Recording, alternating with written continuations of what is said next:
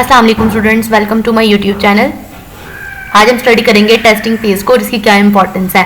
तो भाई जब हम कोई भी सिस्टम बना रहे हैं ना, कंप्यूटर सिस्टम, तो आप उसको टेस्ट जब तक नहीं करोगे तो कैसे पता चलेगा कि सिस्टम सही से वर्क कर रहा है कि नहीं। तो फिर जब हम सिस्टम को टेस्ट करते हैं, फिर उसमें जो प्रॉब्लम्स होती हैं वो रिमूव होती हैं, एरर्स को हम सही करते हैं, करेक्ट करते हैं, और उसके बाद जो है ना सिस्टम आपका यूजेबल हो सकता है। वो मेंटेन आप तभी करोगे जब सिस्टम टेस्ट हो जाएगा। ठीक है, तो टेस्टिंग बहुत इंपॉर्टेंट है। जब सिस्टम हम बना लेते हैं तो भाई कहते हैं सिस्टम जो है टेस्ट हम कर सकते हैं 2 स्टेजेस है इसकी, यूनिट टेस्टिंग या सिस्टम टेस्टिंग।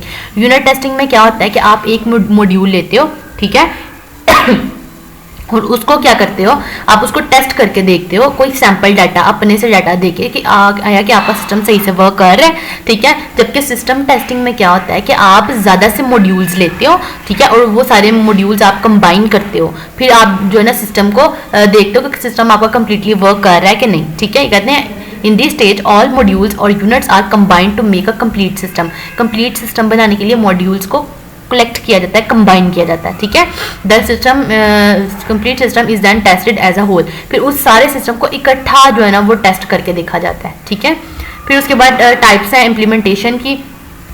पैरेलल कन्वर्जन है आपके पास सबसे पहले। तो देखें, are type of conversion in which both new and old systems operate together for a period of time is called parallel conversion. Parallel conversion में क्या होता है कि जो पुराना सिस्टम है उसको भी और जो नया सिस्टम आपने बनाया आप इन दोनों को कंबाइन कर देते हो। ठीक है, इकट्ठा आप उनको चला कर देखते हो, तो ये आपके पास होता है पैरेलल कन्वर्जन। ठीक है, it is the safest type of conversion. इसमें भाई सेफ होता है क्योंकि आपके पास अगर नया सिस्टम नहीं भी ना काम कर रहा तो आपके पास प्रीवियस सिस्टम होता है। ठीक है, ये इसका एक बेनिफिट होता है कि आप जो है ना आपको लॉस नहीं उस तरह से होता है। ठीक है, the old system can be used until all problems in new systems are removed. कहते हैं आप पुराना सिस्टम तब तक इस्तेमाल कर सकते हो जबकि नया सिस्टम जो है वो सही नहीं होते उसमें प्रॉब्लम्स। ठीक है, उसके बाद है pilot conversion. In this type of conversion one part of organisation use the new system and one the rest of the organisation use the old system. इसमें क्या होता है कि जो ऑर्गेनाइजेशन होती है उसका कुछ हिस्सा जो होता है वो नया सिस्टम इस्तेमाल कर रहा होता है और कुछ हिस्सा होता है जो कि बाकी सारा का सारा ओल्ड सिस्टम यूज कर रहा होता है। ठीक है, when one part of the organisation is satisfied with the new system, जब आपके पास जो नया सिस्टम बनाया उससे जो आपके ऑर्गेनाइजेशन का कुछ हिस्सा जो सिस्टम को नए सिस्टम को इस्तेमाल कर रहा है वो देखता है कि भाई ये ठीक चल रहा है, तो फिर वो क्या करते हैं कि जो पुराना सिस्टम होता है उसको न्यू सिस्टम से रिप्लेस कर देते हैं। ठीक है, फेज्ड कन्वर्जन क्या होता है, this type of conversion in which old individual components of new systems are implemented one by one called phased conversion. इसमें क्या करते हैं कि आपका जो नया सिस्टम है उसके सारे के सारे कंपोनेंट्स को अलग-अलग जो है ना वो चेक किया जाता है कि वो नया सिस्टम जो है वो अच्छे से काम कर रहा है कि नहीं कर रहा। ठीक है, और फिर उसको इम्प्लीमेंट किया जाता है। फिर डायरेक्ट कन्वर्जन में क्या होता है कि जो आपका पुराना सिस्टम है आप उसको डायरेक्टली रिप्लेस कर देते हो न्यू सिस्टम से। देखिए कहते हैं in this type of conversion the old system is directly replaced by the new system. नए सिस्टम से आप पुराने सिस्टम को रिप्लेस कर देते हो, लेकिन इसका ये थोड़ा रिस्की होता है क्योंकि it is the most risky conversion. क्यों? क्योंकि जब आपने पुराना सिस्टम रिप्लेस कर दिया न्यू से, अब न्यू आप हो सकता है कि वो उस मुताबिक ना हो जो आपको चाहिए और आपके ज़्यादा पुराने सिस्टम ज़्यादा बेहतर तरीके से चल रहा हो। ठीक है, तो ये प्रॉब्लम्स आ सकती हैं। इट में be necessary when time is very short. ये तब ज़रूरत पड़ती है जब टाइम आपके पास शॉर्ट है, लेकिन it is also called crash conversion. इसको हम डायरेक्ट कन्वर्जन को क्रैश कन्वर्जन भी कहते हैं। ठीक है, नेक्स्ट है describe the importance of user training to use a system. भाई यूजर की ट्रेनिंग होनी बहुत ज़रूरी है कि जिन बंदों ने भाई सिस्टम चलाना है उनको पता ही नहीं है सिस्टम को कैसे चलाना है, तो फिर वो कैसे इस्तेमाल कर सकते हैं सिस्टम को, तो उनकी ट्रेनिंग होनी बहुत ज़रूरी है। यही बात इन्होंने बताई हुई है। ठीक है, द यूजर्स में नीड मैनुअल और रेफरेंस इन्फॉर्मेशन। यूजर्स जो हैं उनको पता होना चाहिए कि जो सिस्टम है उसके बारे में क्या इन्फॉर्मेशन है, आप उसको किस तरह से इस्तेमाल करोगे। ठीक है, computer based training is popularly used for training the users. ये जो CBT है जिसको हम कंप्यूटर बेस्ड ट्रेनिंग कहते हैं, इसको ये कहते हैं ये बड़ी जो है ना पॉपुलर है, मशहूर है। मोस्टली लोग जो है ना ये ट्रेनिंग लेते हैं ताकि फिर अब वो सिस्टम को अच्छे से चला सकें। ठीक है, नेक्स्ट आपके पास है what are computer storage devices. भाई कंप्यूटर स्टोरेज डिवाइसेस कौन सी हैं, ये पहले भी आपने मेरे ख्याल से पढ़ लिया, लेकिन फिर भी आपको जो है ना बता देते हैं कौन कौन सी स्टोरेज डिवाइसेस होती हैं। यहाँ से देखें, storage devices are also called back backing storage devices. भाई स्टोरेज डिवाइसेस ऐसी डिवाइसेस होती हैं कि आपके पास जो डाटा है ना कंप्यूटर में वो स्टोर हो सके, ठीक है। आपके पास ये ना हो कि एक दफ़ा आपने वो डाटा कंप्यूटर में देखा, नेक्स्ट टाइम आपको ज़रूरत पड़ी तो वो आपके पास था ही नहीं। तो इससे बेहतर है ना आप उस डाटा को स्टोर कर लो और जब आपको ज़रूरत पड़े तो आप उसको यूज़ कर लो। अच्छा, वो जो डाटा है उसको हम स्टोर कहाँ पे करें, उसके लिए डिवाइसेस बनी होती हैं। आप डाटा जो है ना उनमें स्टोर कर लो और जब ज़रूरत हो उन डिवाइसेस से आप डाटा को गेट कर सकते हो, ठीक है। देखिए सेकेंडरी स्टोरेज डिवाइसेस और ऑक्सिलरी स्टोरेज डिवाइसेस, इनको हम ये भी कह सकते हैं कि हमारे पास ऑक्सिलरी स्टोरेज है, ठीक है, दो नाम है इसके।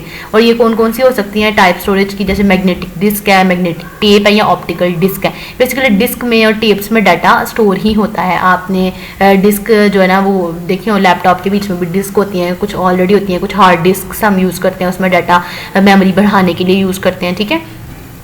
उसके बाद देखें मैग्नेटिक टेप क्या होती है। Magnetic tape is an old storage media to store large amount of data permanently.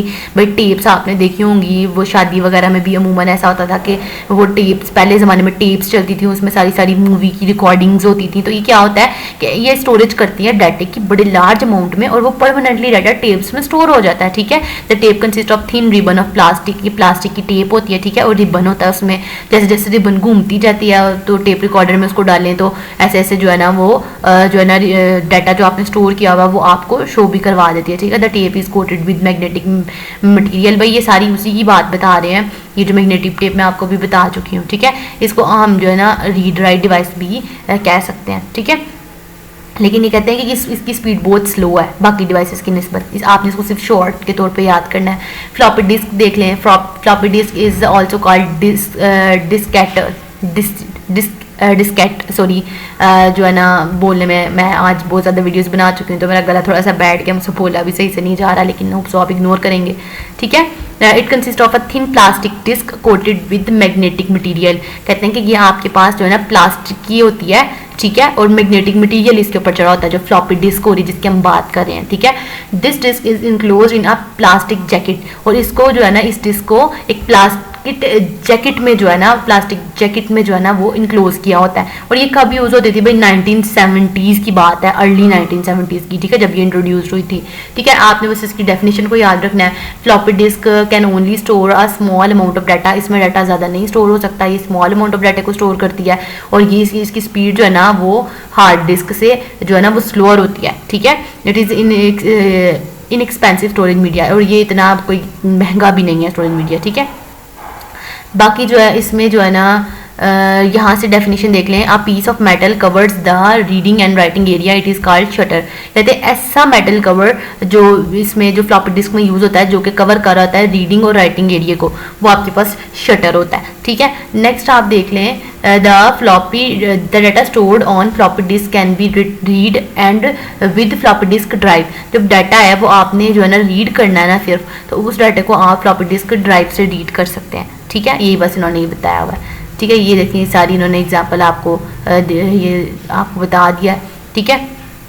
आप इसको भी अच्छे से देख लें। ये देखिए इन्होंने शटर बताया हुआ है, शेल और लिनक्स और मैग्नेटिक कोटिंग क्या होती है, ये सारा कुछ, ठीक है। जो ऊपर आपने यहाँ पे जो है ना इस टॉपिक में इन्होंने डिस्कस ये सारा कुछ किया हुआ है। इसको सिर्फ आप शॉर्ट के तौर पे देखिए, शॉर्ट में आएगा, ऐसे कोई इंपॉर्टेंट नहीं है। होप सो आपको समझ आ गई होगी। आज के लिए मेरे ख्याल से इतना ही काफ़ी है।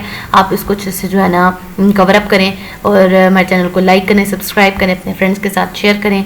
मिलते हैं अपनी अगली वीडियो में, तब तक के लिए अल्लाह हाफिज़।